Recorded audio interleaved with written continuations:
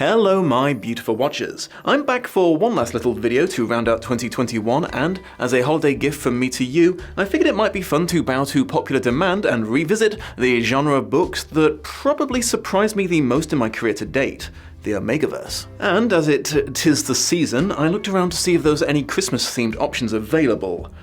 I was kind of hoping the first thing that popped up wasn't going to be about Santa Claus fucking, but well, I have been described as a sweet summer child on occasion. To answer the question that I am sure is boiling up inside your inquisitive minds, of course Santa is an alpha. I mean, who could look at this guy and not think, oh yeah, that guy's a power top? To quickly bring the uninitiated up to speed, the contemporary Omegaverse started life around 2010, the first recorded story taking the form of supernatural/fiction, but it quickly exploded into its own entire erotic genre. It's become quite diverse these days, something I went into in a little more detail in my last video on the subject, but the key factor in almost all of them is one of the genders, usually male, is divided up into at least two gender subcategories, the most common being alphas and omegas. Alphas tend to be large, strong, and have dominating personalities, while omegas lean towards being smaller, more passive, and, most importantly, have the ability to become pregnant after copulation with an alpha. Oh, and FYI, since recording the last video, I have found out where the baby exits the male body, but I think I'm gonna keep it to myself. You can look it up if you want to know.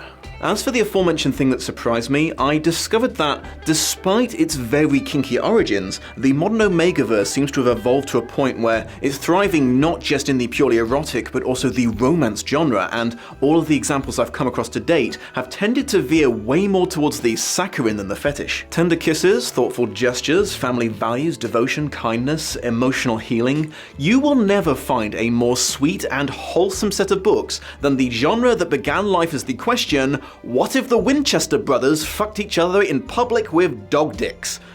Life is weird! So, returning to today's subject of scrutiny, Santa's Baby, published December 2020, is the work of Lorelei M. Hart. They're part of a co-writing team that seems to specialize in mpreg romance. I would usually like to give you a little more information on an author, but that is all I've been able to find, because the About page on their website appears to be written in Latin.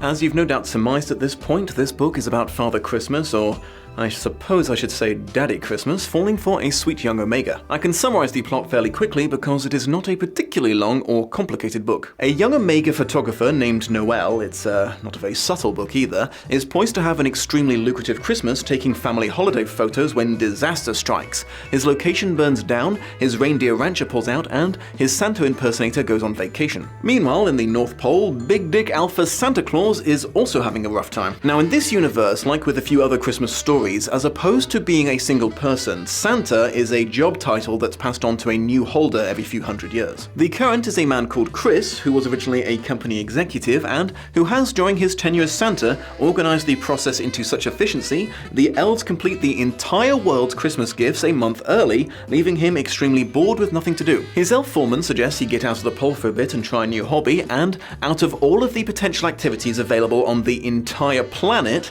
Chris happens to come across Noel's desperate ad for a last-minute photogenic Santa. As he obviously fits the look and comes with his own sleigh and reindeer, Chris is hired on the spot, and he and Noel hit it off super hard. After a very successful few days shooting photos of children, they spend the night together doing what alphas and omegas do. Chris instantly regrets this decision because apparently Santas aren't allowed to date, so there's a very tame, short-lived third-act breakup that's resolved when Chris's head elf points out to him that he can simply stop being Santa and let someone else take over while he goes off and makes babies with Noel, so he does that. There was still about 15% of the book left at this point, which was slightly confusing because I didn't think it could all be the happily ever after, but no, it really was several chapters of these guys' lives being amazingly great as they have children and Noel becomes super successful in his career.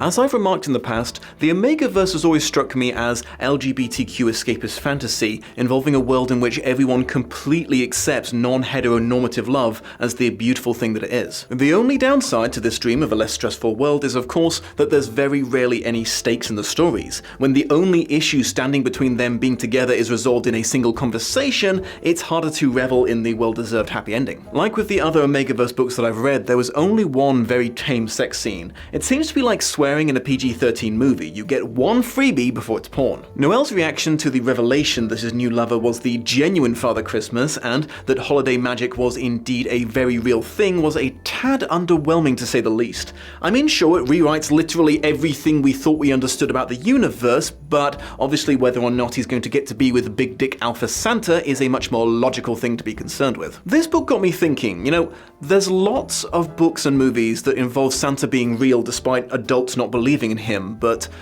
where do those adults think that the presents he delivers come from then? For once, the cover of the book is only slightly misleading. It's mentioned that Chris is in good shape and his famous belly is mostly padding in his coat, but I mean, that's not a face that would get a job as a mall Santa, is it? If you're gonna make a St. Nicholas-themed erotica, then you have to put a white-bearded man on the cover, you cowards. I was a bit confused about how the transfer of these Santa powers worked. I mean, the end of the story seems to suggest that Chris was going to grow old of Noel, but Noel definitely met the Santa that came before him, suggesting that he lived several centuries after giving up the position. That's right, I found a plot hole in this very serious book. I have a few issues with the writing itself that range from legit to probably slightly nitpicking territory. The chapters are very short, and the POV switches between Noel and Chris every single time, which I personally found a little jarring. Constantly changing the narrator between them made it a little difficult to bond with either character. They also overlap sometimes, which is a writing technique that can be super interesting if it's used to provide a different perspective on a scene and maybe recontextualize some things, but it's just tedious when it's basically just repeating a conversation again a mere few pages later. There's either a few typos in this book, or there are some American colloquialisms that I have managed to miss despite living here for several years now. Definitely a pet peeve of mine, but there is nothing that can turn me off a book quicker than when a character fails to use a contraction in dialogue when an English-speaking person definitely would have in a verbal conversation. I mean, just try to say this sentence out loud and make it sound natural, I dare you. Taking into account that there's nothing in italics, so there's no pronounced inflection, I maintain it cannot be done. On a brighter note, this book is refreshing when it comes to inclusivity. The new Santa replacement, who Chris meets at the end, turns out to be Latino, and partway into the story, one of Santa's elves is mentioned to be non-binary, and it is handled blessedly well. No one makes a big deal out of it. So all in all, I think I'm gonna have to go the Ford Prefect route on this one and declare it mostly harmless. It's not groundbreaking, but I mean, it's a story about Big Dick Alpha Santa getting his jollies, so I rather suspect it was never trying to be. If you're into the Omegaverse and you're feeling the Christmas spirit, you could do worse. Thank you for joining me, my beautiful watchers. If you wish to reciprocate in this spirit of giving, I always appreciate the gift of likes, comments, shares, and new subscribers. Have a happy holiday and an optimistic new year. Thank you very much, everybody. This one's for the big burly man up north. Santa's baby, I feel him growing inside of me. My tummy is so festively plump. Santa's baby is warming up my chimney tonight. And I'm not the only thing that's naughty, if you know what I mean. Santa's baby, his papa really lights up my tree. Daddy, roasting nuts on the fire. Santa's baby is warming up my chimney tonight. This is one relationship that's not in a rut. Much love and appreciation to my patrons of honor, Shelby Holtz, Attell Spurdloff, and Trace Carter. Shout out to Ilnej for the credits music, check out his channel for more parody and original songs, and a huge thank you to this video's co-producer, Kate Robinson. She does some awesome work on her channel, so be sure to check that out too. Fucked each other with dog dicks. Fucked each other with dog dicks. Fucked each other in public with dog dicks. I have found out where the baby. Dream of a less stressful... Getting a text message from the Democratic Party. A couple of contributions and they never leave you alone. They spend the night together. The knife? They stab each other.